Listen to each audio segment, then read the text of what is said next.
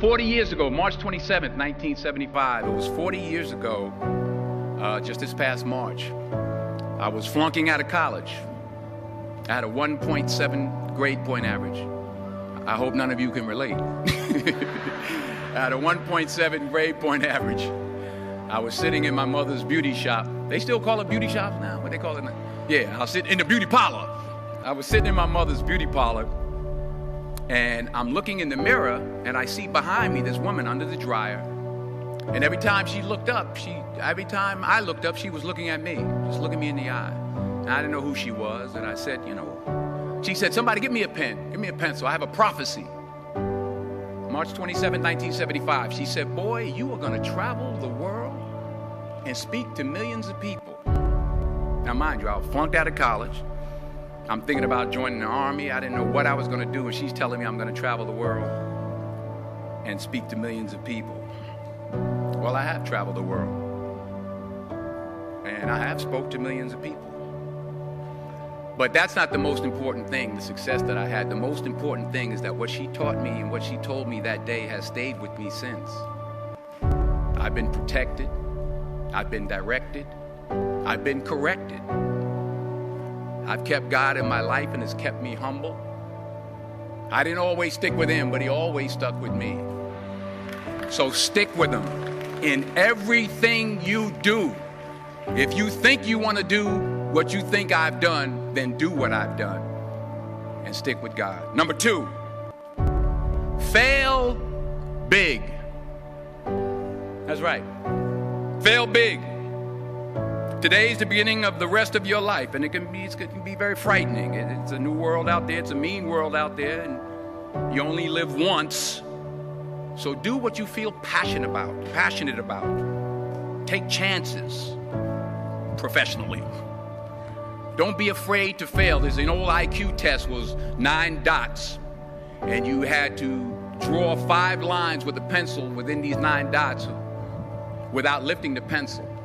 The only way to do it was to go outside the box. So don't be afraid to go outside the box.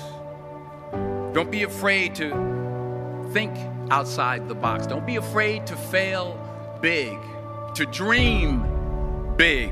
But remember, dreams without goals are just dreams, and they ultimately fuel disappointment. So have dreams, but have goals. Life goals, yearly goals, monthly goals, daily goals. I try to give myself a goal every day. Sometimes it's just to not curse somebody out. Simple goals, but have goals. And understand that to achieve these goals, you must apply discipline and consistency. In order to achieve your goals, you must apply discipline, which you've already done, and consistency every day, not just on Tuesday and miss a few days.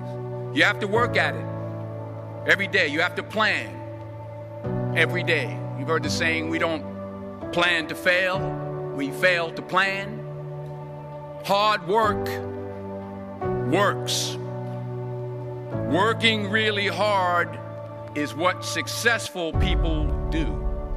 And in this text, tweet, twerk world that you've grown up in, remember, just because you're doing a lot more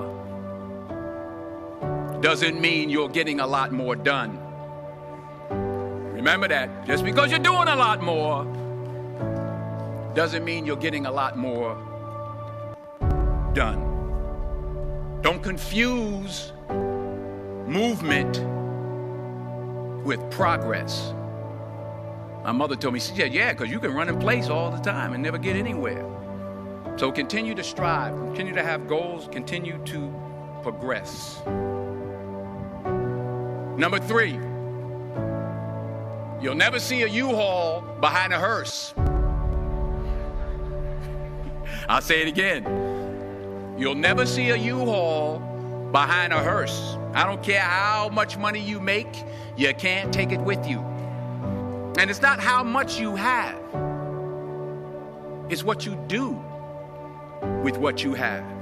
We all have different talents. Some of you will be doctors, some lawyers, some scientists, some educators, some nurses, some teachers. Yeah, okay. Some preachers.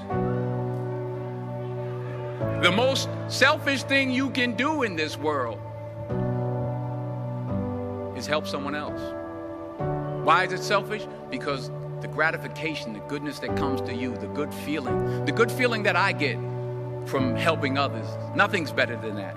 Not jewelry, not big house I have, not the cars, but it's the joy. That's where the joy is, in helping others. That's where the success is. Finally, I pray that you put your slippers way under the bed tonight, so that when you wake up in the morning, you have to get on your knees to reach them. And while you're down there, say thank you for grace. Thank you for mercy. Thank you for understanding. Thank you for wisdom. Thank you for parents. Thank you for love. Thank you for kindness. Thank you for humility. Thank you for peace. Thank you for prosperity. Say thank you in advance for what's already yours. That's how I live my life. That's why I am, one of the reasons why I am today. Say thank you in advance for what is already yours. True desire in the heart for anything good is God's proof to you, sent beforehand to indicate that it's yours already. I'll say it again. True desire in the heart, that itch that you have, whatever it is you want to do, that thing that you want to do to help others and to grow and to make money, that desire, that itch, that's God's proof to you, sent beforehand already to indicate that it's yours. And anything you want good, you can have. So claim it. Work hard to get it. When you get it, reach back. Pull someone else up. Each one, teach one. Don't just aspire to make a living. Aspire to make a difference.